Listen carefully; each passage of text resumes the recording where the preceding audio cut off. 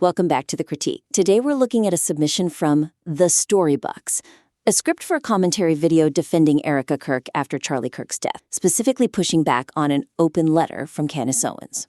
And this piece has a lot of passion. You could feel it. A ton of it. But while that passion is clear, the script really needs some significant work on tonal discipline and how it structures its evidence if it's going to persuade anyone who isn't already convinced. I agree. Let's get right into it. The first point is a big one. The excessive use of emotionally charged ad hominem language undermines the speaker's credibility and just distracts from the actual defense of the subject. It's the classic messenger problem, right? The author is obviously, and maybe justifiably, angry. Oh, yeah. But the script leans so hard on these personal insults.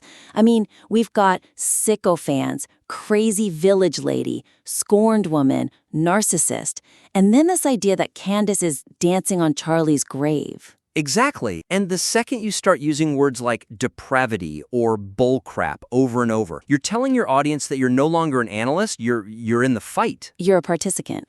And think about the audience for a second. Let's say I saw Candace's letter somewhere and thought, this seems detailed. Maybe there's something here. Okay. And I tune into this to get the other side. If the first thing I hear is the host screaming, "Who the freaking hell do you think you are?" or calling her delusional, I'm not thinking about Candace anymore. No, you're thinking the host is the problem. Exactly. The host sounds unhinged. The vitriol just hides the logic. So the suggestion here is to shift the focus, move away from attacking Candace's character and really attack the logic of her claim. You have to sort of operationalize that anger into an actual argument. Okay, so let's break that down. How do we take a line like, "Who the frickin' hell do you think you are?" which is just venting, Right. and make it persuasive? You look at the contradiction that's making the author angry. The anger comes from Candace claiming to be family while attacking the family. Okay. So instead of the insult, you just point out that juxtaposition. You could say something like, in this letter, Candace calls herself a sister to Charlie, and yet in the very same document, she's accusing him of financial dishonesty right after his death. That is so much stronger. It is. You don't have to add she's a sneak. The audience hears sister and accusing of lying.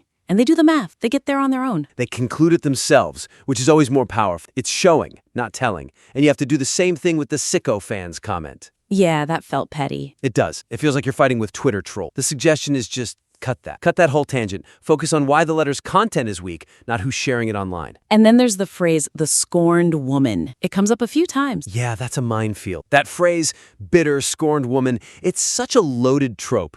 It can sound reductive, even misogynistic to a lot of listeners. Even if they agree with the basic point. Exactly. But the underlying logic that she might have a motive to lie because she was pushed out of the company, that is a perfectly valid argument to make. So we keep the logic, but we change the label. Precisely. You reframe it, not as an insult, but a motive for bias. So instead of, "she is a bitter, scorned woman," you could ask, "Is it possible her memory of these events is colored by her exit from the company?" See, it sounds like analysis, not a playground insult. Yeah, it elevates the entire discussion. Okay, so let's move to the second big point, which is more structural. The presentation of the open letter is way too dense. It's uninterrupted, and the listener loses the counter-argument completely. This is such a critical error. The script, as it stands, it reads almost the entire letter from Candace Owens. We hear about the elevator, the Mar-a-Lago meeting with Ike Permier, the Stacey Sheridan stuff, the stomach drop moment. It's minutes of just her voice, her narrative. And here's the thing. Candace Owens knows how to tell a story. Her writing is designed to be vivid. By reading it all at once, the author is basically handing her the microphone for 5 minutes before even starting the rebuttal. That's the weakness right there.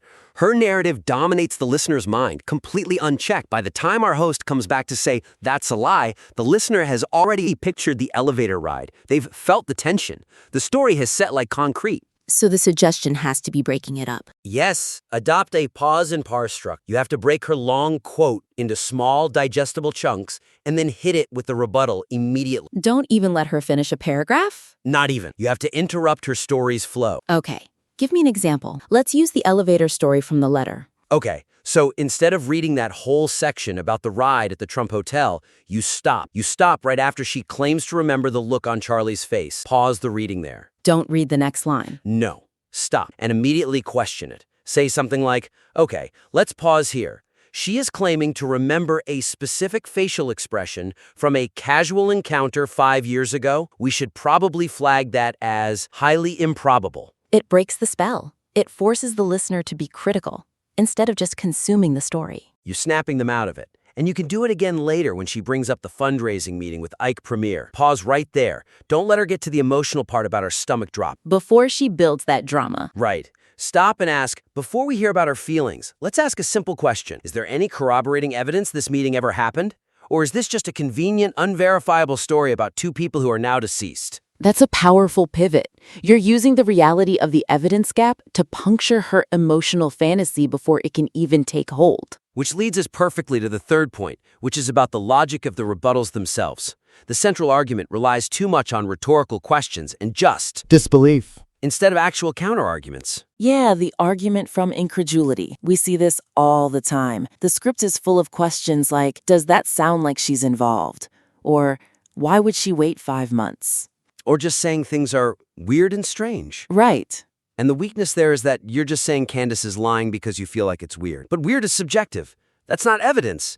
Saying I don't believe it is not the same as proving it didn't happen. So we need to shift from feelings to facts. The suggestion then is to strengthen the logic by contrasting her specific claims against, known realities, the actual investigation. Let's make that actionable. The script mentions at the very start that the official investigation is going absolutely nowhere. That's a great point. But then it gets dropped. It gets dropped. So the fix is to tie the letter to that timeline. Instead of just asking rhetorically, why wait 5 months? You state it as a strategic point. Exactly. You say, the official investigation has produced nothing for 5 months, and just as public interest fades, Candace produces this incredibly detailed, never-before-heard story from years ago. That frames it as a strategic distraction, which is a much stronger argument than just calling it weird. There's another huge piece of evidence that gets buried in the script too, the law enforcement officer. Oh, that was a huge missed opportunity. The script says an actual law enforcement officer cleared Erika of any wrongdoing, but it's mentioned way up in the intro,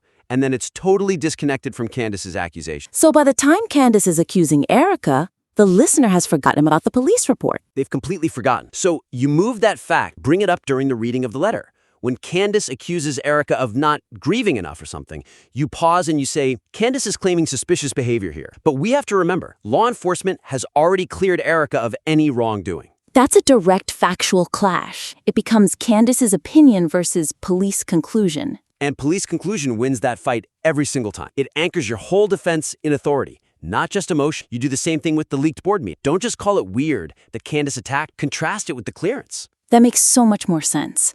It's not about whether Erika was nice. It's about whether she was guilty.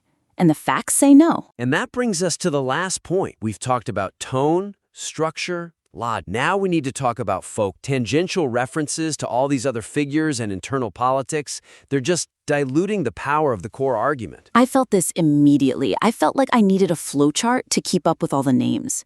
The script goes off on Megyn Kelly, disgruntled employees, Project Constitution, someone called Mel the crazy village lady. It's pure inside baseball. The author is so deep in the lore of this world that they think the audience is too. But that's the weak. These references assume so much prior knowledge. If I'm tuning in to hear about Candace and Erika, I don't care about some disgruntled employee video. Not unless it directly disproves something Candace said. Exactly.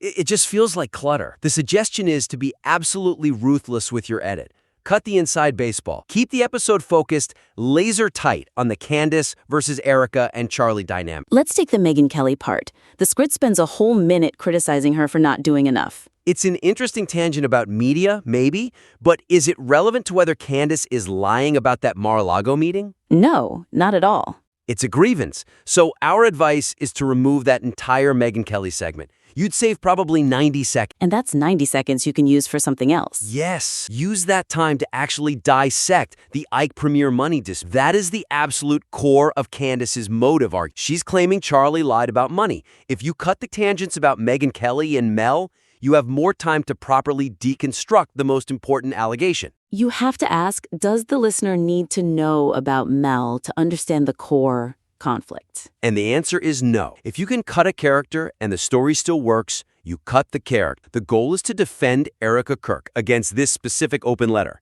Everything else is fluff. It feels like the author is trying to fight every battle at once. Defend Erika, attack Candace, critique Megyn Kelly, and it's just dulling the main weapon.